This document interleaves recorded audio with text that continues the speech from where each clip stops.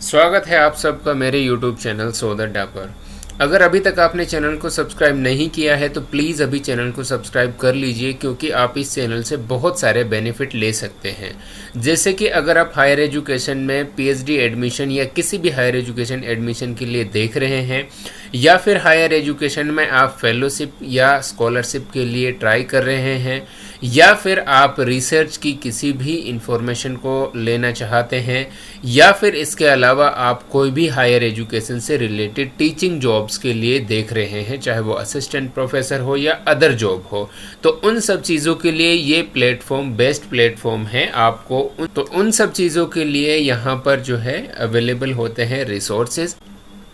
जी हाँ दोस्तों, मैं बात कर रहा हूँ पीएचडी एडमिशन की उन सब कैंडिडेट के लिए जिनका नेट या जीआरएफ या गेट या कोई भी फेलोशिप जो है अवार्ड हुई है या हो रखी है। तो उन सब के लिए पीएचडी एडमिशन के लिए एक ब्राइट अपॉर्चुनिटी आई है आईआईटी मद्रास में। ठीक है, आईआईटी मद्रास अभी इंडिया का फर्स्ट रैंक पे है यूनिवर्सिटीज़ में, अगर हम बात करें, या फिर जो है टेक्नोलॉजिकल जो इंस्टीट्यूट्स हैं उसमें। ठीक है, तो ये आपके लिए बेस्ट अपॉर्चुनिटी होगी ऐसे इंस्टीट्यूट से अपनी पीएचडी को कंटिन्यू करना। अब मैं बताने वाला हूँ इसकी डिटेल्स क्या क्या हैं, तो आप इस वीडियो को अंत तक ज़रूर देखना। देखिए, सबसे पहले मैं बताता हूँ कि इसके जो ऑनलाइन एप्लीकेशन फॉर्म है वो 14 जुलाई से स्टार्ट हो चुके हैं और अभी तक कंटिन्यू हैं, क्योंकि अभी फर्दर नोटिस नहीं आया है। जब तक फर्दर नोटिस नहीं आएगा तब तक ये जो है ओपन है। अगर आपको ये फॉर्म अप्लाई करना है तो आप अभी जाके इसको अप्लाई कर सकते हैं। ठीक है, इसके अलावा ये जो सिलेक्शन होगा आपका वो मैं बताऊंगा आगे, लेकिन सिलेक्शन होगा रिटन टेस्ट और इंटरव्यू के बिहाफ पे, लेकिन उसका अभी तक कोई डेट मेंशन नहीं है। ठीक है, जब आप इस फॉर्म को अप्लाई कर रहे होंगे तो उससे पहले आप जो है सारी की सारी इन्फॉर्मेशन को अच्छे से पढ़ लेना। अगर आपके पास इतना टाइम नहीं है तो इस वीडियो को लास्ट तक अच्छे से देखना, इसमें मैं हर एक इम्पोर्टेंट चीज़ को बता दूंगा। ठीक है, ऑनलाइन जो एप्लीकेशन फॉर्म होगा वो आपको इस वेबसाइट पे मिलेगा, जो ये वेबसाइट पे, इस पे जाके आप क्लिक करोगे तो आपको ऑनलाइन एप्लीकेशन फॉर्म मिल जाएगा। ये जो फॉर्म है सिर्फ और सिर्फ ऑनलाइन अप्लाई होगा, ऑफलाइन नहीं होगा, और डाउनलोड जो है नहीं होगा, इसलिए आपको इसका प्रिंट निकालना है। ठीक है, प्रिंट आउट लेना है अपनी एप्लीकेशन फॉर्म का, क्योंकि जब आप जो है इंटरव्यू के लिए जाएंगे या सिलेक्शन हो जाएगा तो उस टाइम ये एप्लीकेशन फॉर्म आपको लेके जाना है हार्ड कॉपी। ठीक है, अब हम बात करते हैं फीस कितनी है। अगर आप कोई भी ऐसे कैंडिडेट हो जो जनरल कैटेगरी से हैं या ईडब्ल्यूएस से हैं या ओबीसी से हैं या ट्रांसजेंडर हैं, लेकिन मेल कैटेगरी से हैं, ठीक है, ट्रांसजेंडर को छोड़ के किसी भी कैटेगरी से हैं लेकिन मेल है तो आपको 1000 रुपये पे करनी होगी। ठीक है, अगर आप फीमेल कैंडिडेट हैं जनरल कैटेगरी से या ईडब्ल्यूएस से या ओबीसी से तो आपको 500 रुपये पे करने होंगे। ठीक है, अगर आप एससी से हो या एसटी से हो या फिजिकली हैंडीकैप कोई कैंडिडेट हो तो आपको 500 रुपये पे करने होंगे। ठीक है, if there is any candidate who wish to apply for this, ठीक है, who is residing outside the India, who is not resident of India, then they have to pay the application fee of 1000 रुपये। ठीक है, तो इसके अलावा, और ये जो फीस है नॉन रिफंडेबल है, एक बार पे कर दी तो रिफंड नहीं होगी। ठीक है, अब यहाँ पर इंपॉर्टेंट इन्फॉर्मेशन ये है कि बहुत सारे कैंडिडेट को ये होगा कि वो एक से ज़्यादा सब्जेक्ट में अप्लाई करना चाहते हैं, तो of course they can apply. यहाँ पे लिखा हुआ है मल्टीपल डिपार्टमेंट्स के लिए आप अप्लाई कर सकते हो, लेकिन आपको रजिस्टर करना होगा, ठीक है, एक इंडिविजुअल एप्लीकेशन से, और पे करनी होगी जो फीस है वो सेपरेटली। अगर आप 2 सब्जेक्ट के लिए अप्लाई कर रहे हो, फॉर एग्जाम्पल इकोनॉमिक्स के लिए भी और मैनेजमेंट के लिए, तो दोनों को आप अप्लाई कर सकते हो और ज़्यादा भी कर सकते हो, लेकिन सबकी फीस अलग अलग कटेगी। 2 फॉर्म भर रहे हो तो 2 फॉर्म की, ठीक है, 3 फॉर्म भर रहे हो तो 3 की। अब देखिए, अगर आपकी कोई भी कैटेगरी है जैसे ओबीसी है या ईडब्ल्यूएस है, तो आपका इनकम सर्टिफिकेट और जो कैटेगरी है उसका सर्टिफिकेट क्या होना चाहिए, लेटेस्ट होना चाहिए, यानी 1 अप्रैल 2023 के बाद बना हुआ होना चाहिए। ठीक है, मैं हमेशा एडवाइस करता हूं आप सबको कि अगर आपके पास इनकम सर्टिफिकेट है और आपको ज़रूरत लगती है तो वो हमेशा 6 महीने के अंदर अंदर होना चाहिए। अगर 6 महीने से ओल्ड है तो आपका फॉर्म रिजेक्ट हो सकता है, चाहे वो जॉब के लिए हो चाहे एडमिशन के लिए। तो इसीलिए अपना इनकम सर्टिफिकेट लेटेस्ट बना के रखा करो, और ओबीसी का या ईडब्ल्यूएस का है तो वो भी। ठीक है, इसके अलावा शॉर्ट लिस्टेड क्राइटेरिया क्या होगा, आपको रिटन टेस्ट देना है, उसके बाद आपको इंटरव्यू देना है, देन आपका जो है फाइनल सिलेक्शन होगा। अभी आप फॉर्म अप्लाई कर रहे हो, मैं अभी बताऊंगा आपको एलिजिबिलिटी क्या है, उसके बिहाफ पे आपको रिटन टेस्ट के लिए बुलाया जाएगा, फिर रिटन टेस्ट के बिहाफ पे आपको ये डिसाइड करेंगे कि इंटरव्यू के लिए कौन आएगा। ठीक है,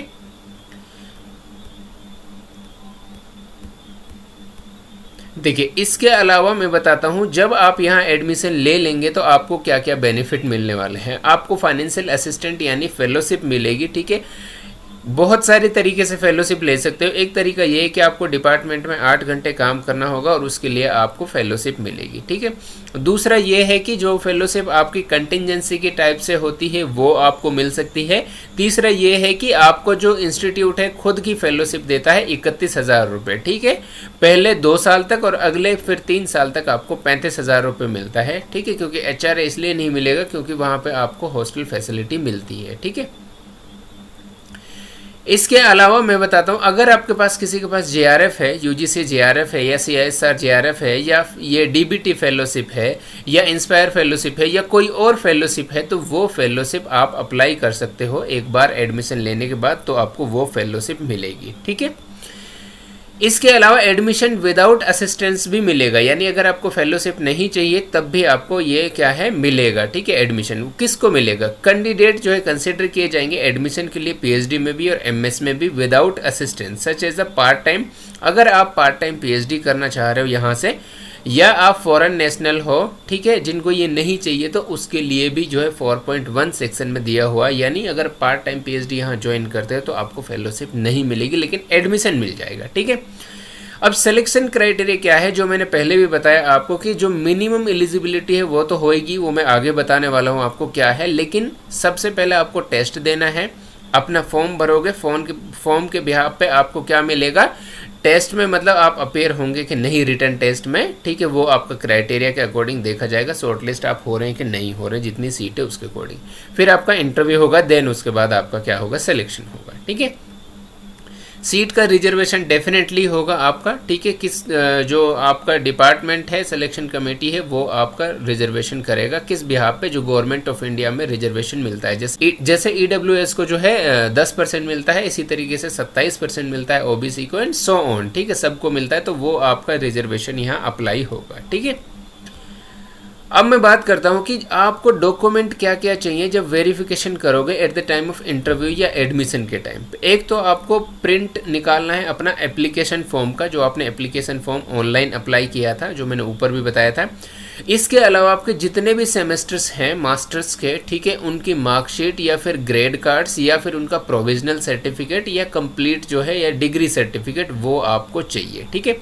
इसके अलावा अगर कोई क्लेम करता है गेट के बिहाफ पे इस फॉर्म को, या UGC JRF के बिहाफ पे, ठीक है, या CISR JRF के बिहाफ पे, या कोई और फेलोशिप, तो उसका आपको यहाँ पर डॉक्यूमेंट लगाना होगा, लेके जाना होगा, original as well as the photocopy, ठीक है। इसके अलावा कोई भी ऐसा कैंडिडेट जो किसी भी कैटेगरी को क्लेम कर रहा है, चाहे वो SC हो, ST हो, OBC हो, EWS हो, फिजिकली हैंडीकैप हो, ट्रांसजेंडर हो, तो उसका भी आपको क्या है डॉक्यूमेंट वहाँ पर लेके जाना है अपने साथ, ठीक है। फिर मैं बता रहा हूँ दोबारा कि जो भी आपका सर्टिफिकेट होगा वो 1 अप्रैल 2023 के बाद बना हुआ होना चाहिए, ठीक है। अदरवाइज आपको निकाला जा सकता है इसका जो है बहाना बना के, ठीक है, क्योंकि लेटेस्ट नहीं है आपके पास ये। इसके अलावा यानी जो फिजिकली हैंडीकैप होते हैं उनका होता है कि 40% है या 20% है या 50%, 60% है, कितना डिसेबिलिटी है, तो उसका आपके पास सर्टिफिकेट होना चाहिए। इसके अलावा अगर आप कोई भी ऐसे कैंडिडेट हो जो फेलोशिप यहाँ पर एडमिशन लेना चाह रहे हो एक कोऑर्डिनेटर सर्टिफिकेट के थ्रू, यानी आप जो है वहाँ पर कोई प्रोजेक्ट आई है, उस प्रोजेक्ट के तहत किसी ने जो है प्रोजेक्ट निकाली है वहाँ पर, एक असिस्टेंट या एसोसिएट या फिर प्रोफेसर ने, उसके तहत इसने फॉर्म निकाले हैं एडमिशन के लिए, तो आप अगर ऐसा कर रहे हो तो उसके लिए आपको एक परफॉर्मा मिलता है, तो उस परफॉर्मा को आपको फिल करके लेटर, जो अपॉइंटमेंट लेटर होगा आपका कोऑर्डिनेटर को, जिस प्रोजेक्ट के अंडर आप अप्लाई करें, जो उसका डायरेक्टर होगा, वो आपको लेके जाना है, ठीक है। इसके अलावा अगर आप कोई एक्सटर्नल हो या पार्ट टाइम या स्टाफ कैंडिडेट हो, तो आपको जो है PhD करने के लिए एक NOC लेनी होगी, ठीक है, नो ऑब्जेक्शन सर्टिफिकेट लेना होगा अपने डिपार्टमेंट से, जहाँ पे भी आप जिस भी डिपार्टमेंट में काम कर रहे हो, ताकि कल आपको जो है PhD में कोई इशू ना हो, और उसमें जो है कुछ पॉइंट्स होते हैं आपके, वो सारे मेंशन हो। जब भी आपको ज़रूरत हो आप इंस्टीट्यूट जा सकते हो और अपना परस्यू कर सकते हो कोर्स वर्क को भी और रिसर्च वर्क को भी, ठीक है। इसके अलावा एडमिशन के टाइम पे आपको क्या क्या लेना है, ठीक है। एडमिशन के टाइम पे एक तो आपका ऑफर ऑफ एडमिशन लेना है, ठीक है। जो आपको ऑफ़र मिला होगा, यानी आपके पास मेल आया होगा या आपका लिस्ट में नाम आया होगा एडमिशन के लिए, वो लेना है। इसके अलावा बर्थ सर्टिफिकेट अगर आपके पास है तो ठीक है, नहीं तो आमतौर पे 10th का जो क्लास का मार्कशीट होता है वो बर्थ सर्टिफिकेट कंसिडर होता है, वो लेके जाना है। इसके अलावा आपको आधार कार्ड लेके जाना है। इसके अलावा आपको फर्स्ट पेज लेके जानी है मैट्रिक्स, जो आपकी मैंने बताया था मैट्रिक्स के सर्टिफिकेट की। इसके अलावा जो आपकी डिग्री सर्टिफिकेट है यूजी की, ठीक है, या पीजी की, वो सारे सर्टिफिकेट और प्रोविजनल सर्टिफिकेट लेके जाना है। अगर कोई ऐसा कैंडिडेट है जिसका रिजल्ट अभी नहीं आया है, ठीक है, तो वो प्रोविजनल सर्टिफिकेट ले सकता है, प्रोविजनल मार्कशीट ले सकता है, और सारी के सारी जितने सेमेस्टर हो चुके हैं उन सेमेस्टर्स की डिग्री को वहाँ पर लेके जाना होगा। इसके अलावा अगर आपका गेट क्लियर हुआ है या जेआरएफ क्लियर हुआ है या कोई और जो है फेलोशिप है, तो उसका भी आपको स्कोर कार्ड की कॉपी लेके जानी होगी, ठीक है। इसके अलावा अगर आप किसी भी कैटेगरी को जो है क्लेम कर रहे हो तो उस कैटेगरी का आपको क्या है सर्टिफिकेट लेके जाना पड़ेगा, ठीक है। ये एडमिशन के टाइम की बात बता रहा हूँ मैं, ठीक है। अगर फिजिकली हैंडीकैप हो तो आप डॉक्टर की जो सर्टिफिकेट बनी हुई है वो लेके जानी है, ठीक है। इसके अलावा अगर आप रेजिग्नेशन एक्सेप्टेंस लेटर आपका जो है एम्प्लॉयर है, यानी एनओसी वगैरह जो है वो आपको लेके जानी है, वो सारी चीज़ें, ठीक है। एक्सटर्नल कैंडिडेट को क्या लेके जाना है, अगर पार्ट टाइम है एक्सटर्नल कैंडिडेट हो तो रिसर्च कोऑर्डिनेटर लेटर जो आपको बुला रहा है प्रोजेक्ट के लिए वो आपको लेके जाना है, कोऑर्डिनेटर का डिग्री सर्टिफिकेट लेके जाना है, ठीक है, और इसके अलावा एनओसी लेके जानी है, ठीक है। पार्ट टाइम वालों को क्या लेके जाना है, एनओसी लेके जानी है, रिलीव एंड स्पॉन्सरशिप, ये सारी एडिशनल लेके जानी है, ऊपर वाले तो लेके ही जानी है आपको, ठीक है। प्रोजेक्ट कैंडिडेट है, अगर प्रोजेक्ट के तहत आप पीएचडी ज्वाइन कर रहे हो तो आपको प्रोजेक्ट कोऑर्डिनेटर का जो लेटर है वो लेके जाना है, ठीक है। अब इसके अलावा मैं बात करता हूँ कोई और इम्पोर्टेंट चीज़ जो है आपकी, वो क्या क्या है वो मैं बताता हूँ आपको, ठीक है। देखिए इसके अलावा एलिजिबिलिटी क्या है वो सब चीज़ देखो। अब मैं बता रहा हूँ आपको कि मिनिमम एजुकेशन क्वालिफिकेशन क्या चाहिए आपकी एडमिशन में, ठीक है। सब्जेक्ट वाइज है, ये इंजीनियरिंग का है, मैं ह्यूमैनिटीज़ को कवर कर रहा हूँ यहाँ पे। अगर आप ह्यूमैनिटीज़ या सोशल साइंस के कोई भी कैंडिडेट है तो आपकी मास्टर्स डिग्री या ड्यूअल डिग्री या इक्विवेलेंट कोई भी डिग्री जो है डिसिप्लिन, चाहे इंजीनियरिंग में हो चाहे अदर सोशल साइंस में हो, वो क्लियर होना चाहिए। साथ ही साथ आपका जो है यूजीसी नेट या फिर जेआरएफ क्लियर होना चाहिए या फिर गेट क्लियर होना चाहिए, ठीक है। ये सारी चीज़ें होनी चाहिए, ठीक है। तो ये आपका मिनिमम जो है एलिजिबिलिटी है कि ये सारी चीज़ें क्लियर होनी चाहिए। जेआरई अगर आपने नहीं सुना तो जेआरई का एक टेस्ट होता है, ठीक है, जब हम फॉरेन में जाते हैं स्टडी के लिए तो उसके लिए जैसे आपने सुना होगा ये टॉफेल का टेस्ट सुना होगा, ठीक है। तो ये सारे टेस्ट होते हैं, जेआरई का भी उसी तरीके से एक टेस्ट होता है, ठीक है, जैसे आईलेट्स का होता है। तो अगर वो क्लियर है तो वो भी आपका एलिजिबल होता है, जैसे आपका यूजीसी नेट जेआरएफ है, गेट है, इसी तरीके से जेआरई का भी स्कोर लगता है यहाँ पे, ठीक है। ये आपका मैनेजमेंट का, अगर कोई भी ऐसा कैंडिडेट है मैनेजमेंट से है तो उसको भी क्या करना होगा, बैचलर डिग्री मैनेजमेंट में होनी चाहिए, साइंस में, सोशल साइंस, ह्यूमैनिटीज़ में होनी चाहिए, ठीक है, मिनिमम 2 साल की होनी चाहिए और ये सारी चीज़ें उसकी होनी चाहिए, ठीक है। उसके बाद उसका क्या होना चाहिए, गेट होनी चाहिए या कैट होना चाहिए या यूजीसी जेआरएफ नेट होना चाहिए, ठीक है। ये सारी चीज़ें आपके पास होनी चाहिए, then you are eligible for applying this form और गेटिंग द एडमिशन, ठीक है। इसके अलावा अब मैं बताता हूँ और कोई इंपॉर्टेंट चीज़ होगी तो, ठीक है, क्योंकि मैंने इंपॉर्टेंट चीज़ ही इसमें ये की है। अब एलिजिबल डिग्री क्या होगी एडमिशन के लिए, अगर आप पीएचडी प्रोग्राम में आप जो है एडमिशन लेना चाहते हो तो डिग्री किस चीज़ की होनी चाहिए, ठीक है, पर्टिकुलर सब्जेक्ट में। अब मैं बताता हूँ यहाँ पे, ये देखिए, अगर आप ह्यूमैनिटीज़ एंड सोशल साइंस में अप्लाई कर रहे हो तो आपकी मास्टर डिग्री या इक्विवेलेंट डिग्री है वो 55% मार्क्स से होनी चाहिए और 6.0 सीजीपी, या तो 6 सीजीपी हो या फिर 55%। अगर कोई भी ऐसा कैंडिडेट है जिसके 55% मार्क्स नहीं है तो वो अप्लाई नहीं कर सकते हैं, ठीक है। और उनकी जो मास्टर्स होनी चाहिए वो किस में होनी चाहिए, ह्यूमैनिटीज़ में होनी चाहिए या सोशल साइंस में होनी चाहिए, ठीक है, ये कंपलसरी है। इसी तरीके से आपकी जो मैनेजमेंट के लिए है तो आपकी मास्टर डिग्री होनी चाहिए या फिर 2 साल का पीजी डिप्लोमा होना चाहिए रिलेवेंट डिसिप्लिन में, ठीक है, ये सारी चीज़ होनी चाहिए। इसके अलावा आपकी 5 ईयर इंटीग्रेटेड मास्टर्स डिग्री हो सकती है, क्योंकि 3 साल आपके ग्रेजुएशन के हो जाएंगे, 2 साल मास्टर्स के। और साथ ही साथ आपके पास या तो गेट हो या कैट हो, क्योंकि कैट होता है मैनेजमेंट वालों के लिए, एमबीए वालों के लिए, कॉमर्स वालों के लिए, तो ये कैट भी लेते हैं, ठीक है। इसके अलावा आपके पास यूजीसी नेट हो सकता है या जेआरएफ हो सकता है या फिर जीमेट हो सकता है या जीआरई हो सकता है, ठीक है। इनमें से कोई भी चीज़ अगर आपके पास है और मास्टर्स डिग्री है 55% मार्क्स के साथ, तो आप एलिजिबल हो इस फॉर्म को अप्लाई करने के लिए। और अगर आप रिटर्न में और इंटरव्यू में सक्सेसफुल होते हो तो आपको एडमिशन भी मिलेगा, ठीक है। ये फ़ी जो है वो फॉरेन स्टूडेंट्स के लिए है, तो मैं ये वीडियो बना रहा हूँ इंडियन स्टूडेंट्स के लिए, तो ये हमारे लिए एप्लीकेबल नहीं है, ठीक है। आपके लिए बोल रखा है कि जब आपका एडमिशन होगा उसके बाद आपका जो डिपार्टमेंट है वो आपको बताएगा कि आपकी क्या फ़ीस रहने वाली, ठीक है। अब इम्पोर्टेंट चीज़ ये है कि अगर आप फॉर्म अप्लाई कर रहे हो तो आपको ये पता होना चाहिए कि वहाँ रिसर्च के एरिया क्या क्या हैं, यानी किस किस टॉपिक में, किस किस सब्जेक्ट में, किस किस एरिया में रिसर्च कराई जाती है, ठीक है। मैं बताता हूँ कि सोशल साइंस में आपके पास क्या क्या अपॉर्चुनिटी। देखो, डिपार्टमेंट ऑफ ह्यूमैनिटीज़ और सोशल साइंस, अगर आप कोई भी ऐसे कैंडिडेट हो जो इकोनॉमिक्स में अप्लाई करना चाह रहे हो तो इकोनॉमिक्स में आपके पास अपॉर्चुनिटी है, आप डेवलपमेंट इकोनॉमिक्स में अप्लाई कर सकते हो, एनर्जी इन्वायरमेंटल इन इकोनॉमिक्स में। ये मैं क्यों बता रहा हूँ और ये इन्होंने क्यों लिख रखा है प्रोस्पेक्ट, इसका मतलब सिंपली ये है, जितने यहाँ पे ये टॉपिक लिख रहे हैं, आपको जो रिसर्च प्रपोजल बनाना है अपना, ठीक है, या टॉपिक तैयार करना है इंटरव्यू के लिए, वो इन्हीं टॉपिक में से होना चाहिए, क्योंकि जो उनका स्पेशलाइजेशन है फैकल्टी का वो इन्हीं टॉपिक पे रिसर्च करवाते हैं, पीएचडी करवाते हैं। अगर आप इनके अलावा बनाते हो तो आपके चांसेस बहुत कम है एडमिशन होने के, क्योंकि ये स्पेशलाइजेशन के अकॉर्डिंग ही यहाँ पे लिखा होता है, जो जो सीट उनके अकॉर्डिंग होती हैं कि यहाँ ये सीट इस एरिया में अवेलेबल है, ठीक है। तो अगर आप डेवलपमेंट इकोनॉमिक्स से हो या एनर्जी एनवायरमेंटल इकोनॉमिक्स से हो या अप्लाइड इकोनॉमेट्रिक्स से हो या इंडस्ट्रियल इकोनॉमिक्स से हो या माइक्रो फाइनेंस से हो या हेल्थ से हो, ठीक है, यानी ये इन सब में अगर आपका किसी का इंटरेस्ट है, इंटरनेशनल ट्रेड में हो गया, इकोनॉमिक्स इनोवेशन टेक्नोलॉजी हो गया, फाइनेंशियल इकोनॉमिक्स एंड बैंकिंग हो गया, इकोनॉमिक्स ऑफ एजुकेशन हो गया, लेबर मार्केट हो गया, अर्बन वाटर मैनेजमेंट हो गया, आपका किसी का अगर इंटरेस्ट इसमें है तो आपको जो है ये फॉर्म अप्लाई ज़रूर करना चाहिए। और अगर आपका फॉर एग्जांपल इनमें इंटरेस्ट नहीं है तो आपको अगर यहाँ अप्लाई करना है तो इनसे रिलेटेड ही आपको रिसर्च प्रपोजल बनाना है, टॉपिक तैयार करना है, ठीक है। अगर आप कोई भी एजुकेशन या टेक्नोलॉजी से स्टूडेंट हो तो आपको इस टॉपिक्स में बनाना है।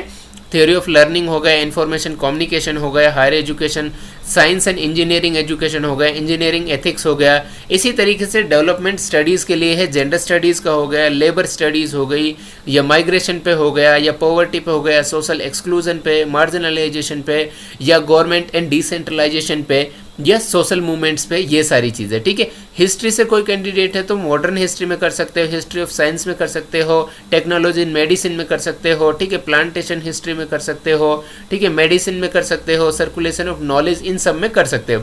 लैंग्वेज से अगर कोई है तो लैंग्वेज इन एजुकेशन कर सकते हो, सोशोलॉजिस्ट कर सकते हो, अप्लाइड लिंग्विस्टिक कर सकते हो, सिंटेक्स और मॉर्फोलॉजी कर सकते हो, ठीक है। लिटरेचर से कोई कैंडिडेट है तो ये सारे लिटरेचर के टॉपिक हैं, American literature, cultural study, disability study, English literature, ये सारी चीज़, ठीक है।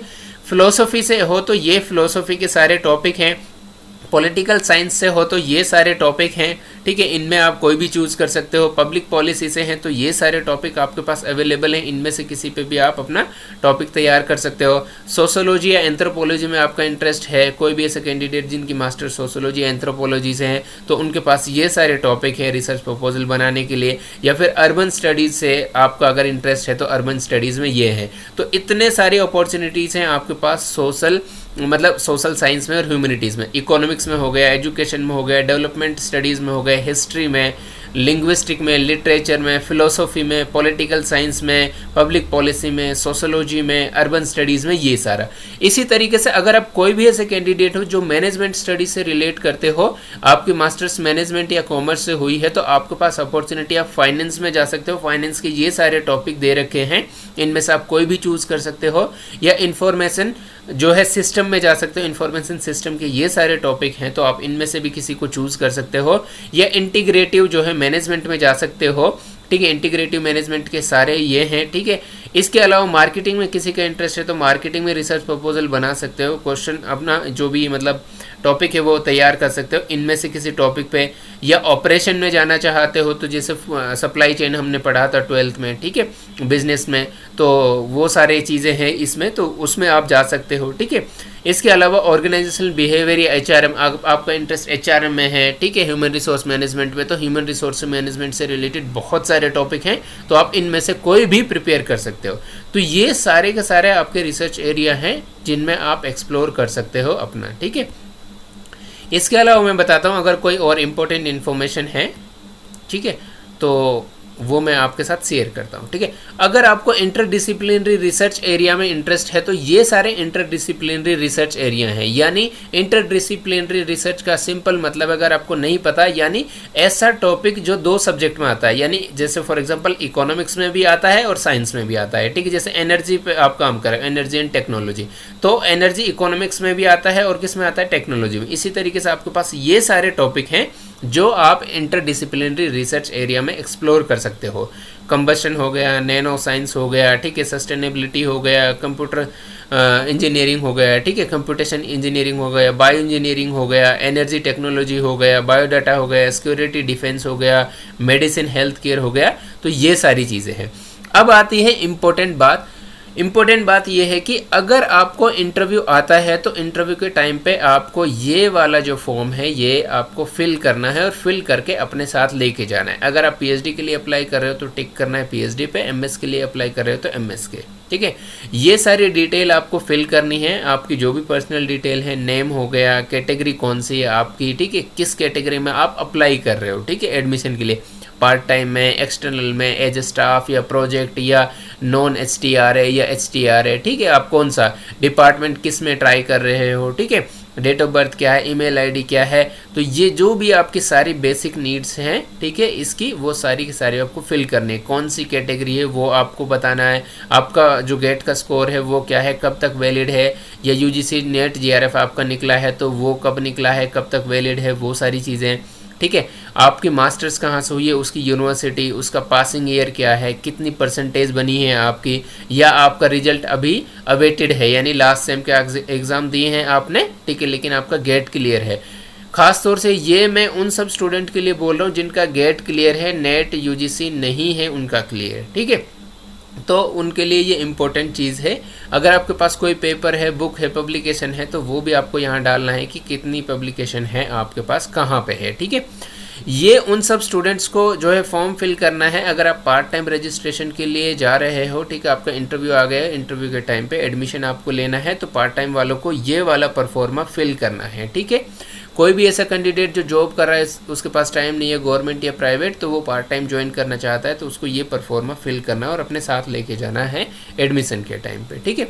और अपना जो भी मतलब उनका वो है ऑफिस, वहाँ से साइन करवाने ये सारी चीज़ें, ठीक है। इसके अलावा आपको सर्टिफिकेट देना है अपने रेप्यूटेटेड यूनिवर्सिटी से या इंस्टीट्यूशन से, जो भी आपको स्पॉन्सर कर रहा है उस पीएचडी के लिए, उसको करना है, ठीक है। अगर आपको कोई स्पॉन्सर कर रहा है वहाँ पे, या प्रोजेक्ट के अंडर आप जा रहे हो एज ए पीएचडी स्टूडेंट, तो उस प्रोजेक्ट का जो भी बंदा है या ऑर्गेनाइजेशन है या इंस्टीट्यूट है, वो आपको क्या करना है, फिल करना है ये वाला परफॉर्मा, और उसके बाद आपको जो है एडमिशन के लिए अप्लाई करना है, ठीक है। ये हो गया पार्ट टाइम के लिए। अगर आप पार्ट टाइम के लिए अप्लाई कर रहे हो, फॉर एग्जांपल अगर आईसीएसआर ने कोई प्रोजेक्ट निकाला है, लेकिन वो करवा कौन रहा है, आईआईटी करवा रहा है, ठीक है, आईआईटी मद्रास, तो आपको उस प्रोजेक्ट का कौन है कोऑर्डिनेटर है, कौन डायरेक्टर है, उससे आपको क्या करना है, कौन सा इंस्टीट्यूट है, कौन सा ऑर्गेनाइजेशन है, कौन सा यूनिवर्सिटी है, उससे आपको एक सर्टिफिकेट लेना है। वो सर्टिफिकेट ये है, इसको फिल करना है और अपने साथ लेके जाना है, ठीक है। इसके अलावा अगर आपका कोई को गाइड है, ठीक है, वो आपको क्या है, एडमिशन दिला रहा है आईआईटी में, यानी आप आईआईटी में ज्वाइन कैसे कर रहे हो, को गाइड के तौर पे, यानी एक ऑलरेडी आपका सुपरवाइजर है या गाइड है, एक गाइड आपको लेना चाहता है जो आईआईटी मद्रास से है, तो उसका परफॉर्मा ये है, तो ये परफॉर्मा आपको उसको फिल करना है कि कौन गाइड है, उसका नाम क्या है को गाइड का, उसकी क्वालिफिकेशन क्या है, उसकी मेंबरशिप क्या है, ठीक है, को गाइड की उसकी डेजिग्नेशन क्या है, और ये सर्टिफिकेट जो है को गाइड्स के थ्रू ही क्या होगा, आपको प्रोड्यूस होगा। यहाँ पर आप अपनी डिटेल सारी फिल करनी है, यहाँ पे सिग्नेचर होगा को गाइड का, यहाँ पे डेट, तो ये आपको लेके जाना है, ठीक है। अगर आपको कोई प्रोजेक्ट का कोऑर्डिनेटर है, ठीक है, फॉर एग्जांपल किसी के अंडर वहाँ प्रोजेक्ट आई है और वो प्रोजेक्ट के अंडर आपको काम करवाना चाहता है और कहता है कि आप प्रोजेक्ट पे काम भी करोगे, साथ में आपका ये पीएचडी एडमिशन भी कंसिडर कर रहे हैं हम, तो उस कोऑर्डिनेटर से या डायरेक्टर से या जो ऑर्गेनाइजर है, ठीक है, उससे आपको क्या करना है, एक सर्टिफिकेट लेना है। वो सर्टिफिकेट ये है, इस सर्टिफिकेट को आपको फिल करना है सारी डिटेल, ठीक है, और इसकी ये कुछ कंडीशन है, ये आपको क्लीनली पढ़ लेनी है कि आप किस कंडीशन के अंडर जो है वहाँ पर अप्लाई कर रहे हो, और उसके बाद जो आपका प्रोजेक्ट का कोऑर्डिनेटर है उसका साइन, उसका डिपार्टमेंट क्या है, हेड ऑफ द डिपार्टमेंट कौन है, उसका डेजिग्नेशन क्या है, काउंटर साइन उसके होंगे और डेट वगैरह, वो सारी आपको क्या करनी है, फिल करनी है एंड लेके जाना है। इसके अलावा लास्ट चीज़, पार्ट टाइम वालों के लिए, अगर कोई भी ऐसा कैंडिडेट है जो पार्ट टाइम ज्वाइन करना चाहता है यहाँ पर पीएचडी, तो उनको एक एनओसी लेनी होगी, यानी नो ऑब्जेक्शन सर्टिफिकेट अपने डिपार्टमेंट से, जहाँ पे भी वो अप्लाई, मतलब जहाँ भी वो काम कर रहे हैं डिपार्टमेंट में, चाहे वो प्राइवेट हो, चाहे गवर्नमेंट हो, चाहे वो सेमी गवर्नमेंट हो, वहाँ से ये सारी चीज़ें फिल करनी है। और जो भी उनका ऑफिसर होगा, ठीक है, उस ऑफिसर का नाम, उसका डेजिग्नेशन, उसका सिग्नेचर वहाँ से अप्रूव करवानी है और ये सबमिट करने at the time of admission, ठीक है, ताकि आपको एडमिशन लेने में कोई दिक्कत ना हो और जब भी आपको रिसर्च के लिए जाना पड़े वहाँ पर, तो आप आराम से जा सकते हो, आपका जॉब भी इफेक्ट ना हो और आपकी रिसर्च भी हो जाए, पीएचडी डिग्री भी हो जाए। अब मुझे लगता है आपके सारे के सारे डाउट क्लियर हो गए होंगे। स्टिल अगर आपको कोई भी कैसा भी डाउट है तो आप मुझे जो है ये कमेंट कर सकते हो इस वीडियो की जो कमेंट बॉक्स है उसमें, या फिर मैं टेलीग्राम का लिंक दे दूंगा आपको, सोदड्डा के नाम से मेरा टेलीग्राम है, आप वहां पे जाके लिंक से आप ज्वाइन कर सकते हो टेलीग्राम को, और वहां पर आप किसी भी तरीके की कोई क्वेरी, चाहे इससे रिलेटेड हो या इसके अलावा भी कोई रिलेटेड हो, तो भी आप मुझसे पूछ सकते हो, चाहे वो फेलोशिप से रिलेटेड हो, चाहे पीएचडी से रिलेटेड हो, चाहे रिसर्च से रिलेटेड हो, चाहे वो असिस्टेंट या फिर पीजीटी टीजीटी की जॉब से रिलेटेड हो, ठीक है, किसी भी रिलेटेड हो, तो आपको जो है उसके लिए 100% सपोर्ट दूंगा जितना मैं कर सकता हूँ, ठीक है। तो आप प्लीज़ इस वीडियो को, अगर आपको ये पसंद आई है तो प्लीज़ इसको लाइक कीजिए एंड इसको जो है शेयर कीजिए अपने यार दोस्तों में, ताकि उन सब का जो है बेनिफिट हो सके, जो भी कोई ऐसा कैंडिडेट है जो ऐसी इन्फॉर्मेशन के लिए जो है देख रहा है। Thank you so much for watching this video.